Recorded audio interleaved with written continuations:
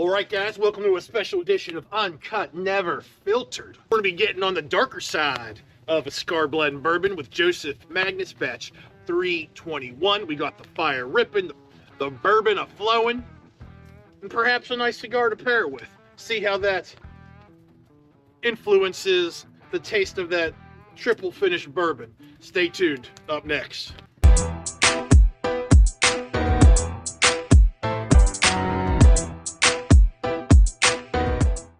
All right, so as Tim said, here we are. We got the Cigar Blend, the Magnus here, 109.5 proof, batch 321. So this bourbon right here is a blend of a couple different whiskeys from aged anywhere from 11 to 18 years. Great ages. It is also finished in a couple different barrels, mostly Armagnac, but also they say sherry and cognac.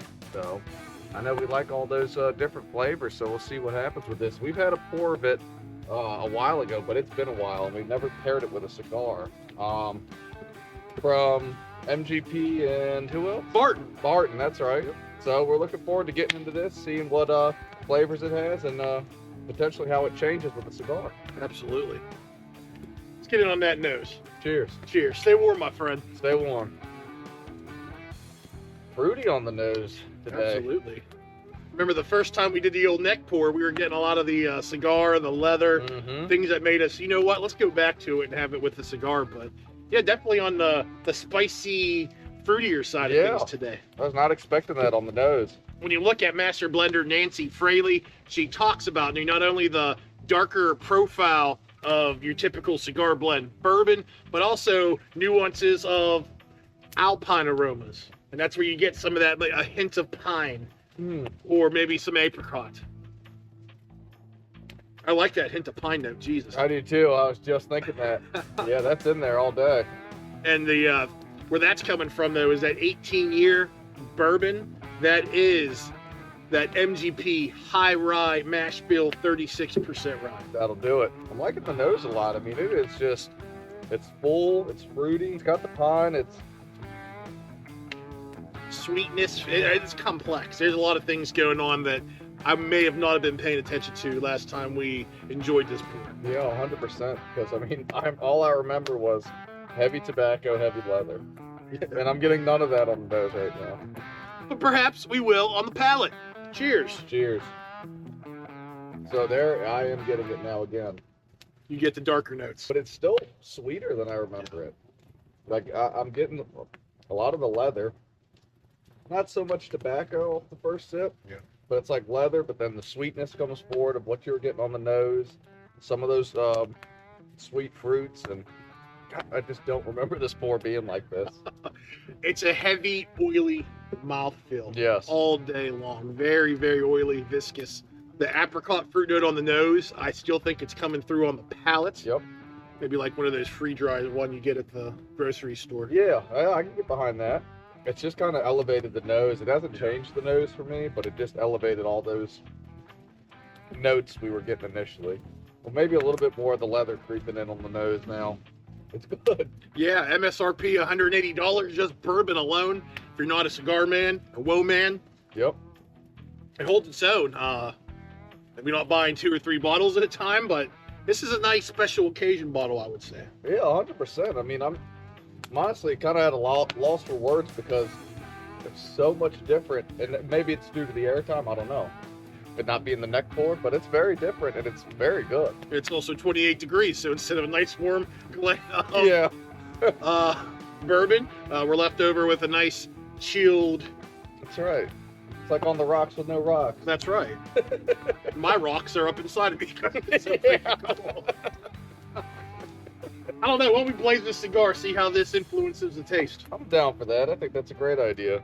So doing a little bit of research on what type of cigars pair best with this Magnus Cigar Blend batch 321. Option 1, if you want to play on that sweetness. I know a lot of people say they get almost like a blackberry syrup on the sweetness or devil's food cake.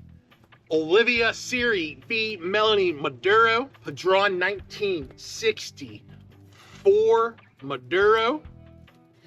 And I didn't even know this existed. Sounds perverted. My Father, Le Bijou, Oh, 1922. It sounds one of those fine artsy porn movies Yeah, it does. that wins 5 Academy Awards and shot at Epstein's Island. That's right. However, today, Nick and I selected a cigar to play on that spice confectionery notes, bringing out those alpine notes of fruits. We went with Espinosa Laranja Reserve cigars. You're gonna get a little bit of orange right off the bat with the wrapper.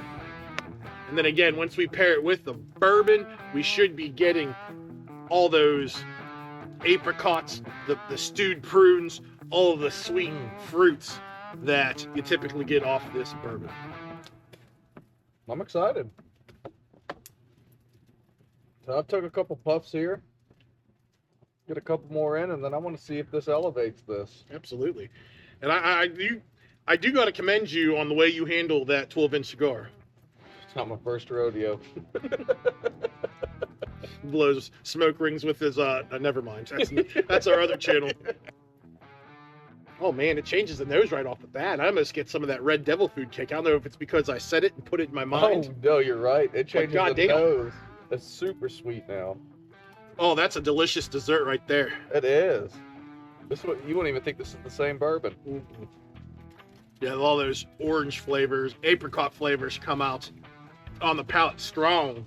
Yeah. It takes away the sweetness that was there before. It's just that strong fruit flavor. Mm-hmm. And what I like the best, the cigar doesn't overpower it. It doesn't. complements it. That bourbon still gives you a nice warm finish Mm-hmm. in all the best ways possible. You like it's. I really enjoy it because you're right. You're getting some of the. You get a lot of the bourbon, but they work so well together. The bourbon, you get that orange, you get all those different fruits, and then you get the tobacco and the leather from the cigar. Absolutely. You know what I mean? It's like not like one just completely overpowers. You get both every time you take a sip. It's bringing all the good flavors that you would expect, that you want off a cigar blend bourbon together. Yes, 100%.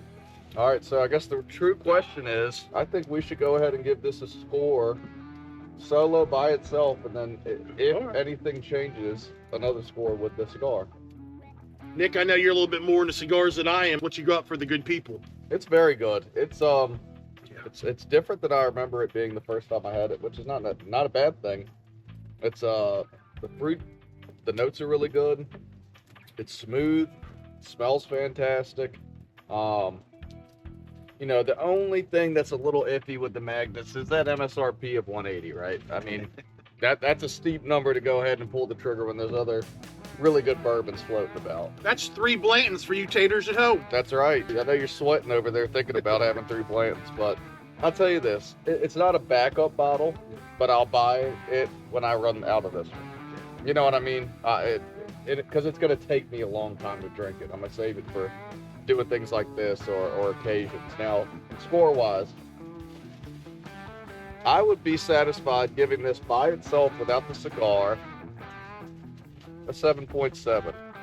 I really enjoy it. It's, you know, took a while to find it. Finally got the hands on it, and then I've been babying it. But it's really, really good.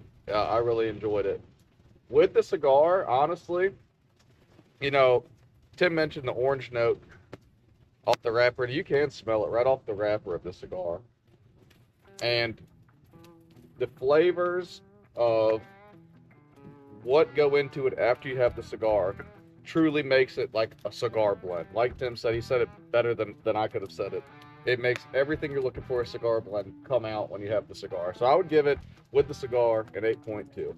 Bourbon alone, I think it's better than the last time we tried it. Mm-hmm. I know if you look at some reviews, the master blender, Nancy Fraley, even suggests you open it up, you take the neck pour, and then you let this sit for 1 to 3 or 4 months to let some of those flavors, after that aeration, come a little bit more forward in the pour.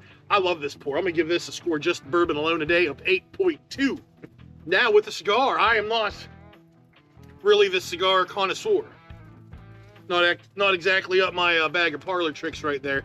I do enjoy it though when it's in the right circumstances, with friends, around the fire, around the table. Very enjoyable. It does elevate the pour, in my opinion. Enough to raise the score substantially? No, I'll give it an 8.2 with the cigar as well. It does do different things. It does influence the bourbon, but it's still very, very excellent way. Yeah. So there you have it. What do you think of batch 321 Joseph Magnus Cigar Blend? Let us know in the comments below. Let a couple of cigar noobs know what's the best cigar to pair with this.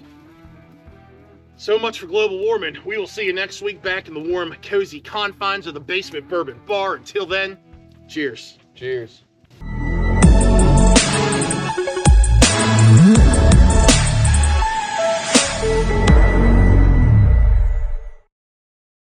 My father, the bees, you gotta be fucking shit, man.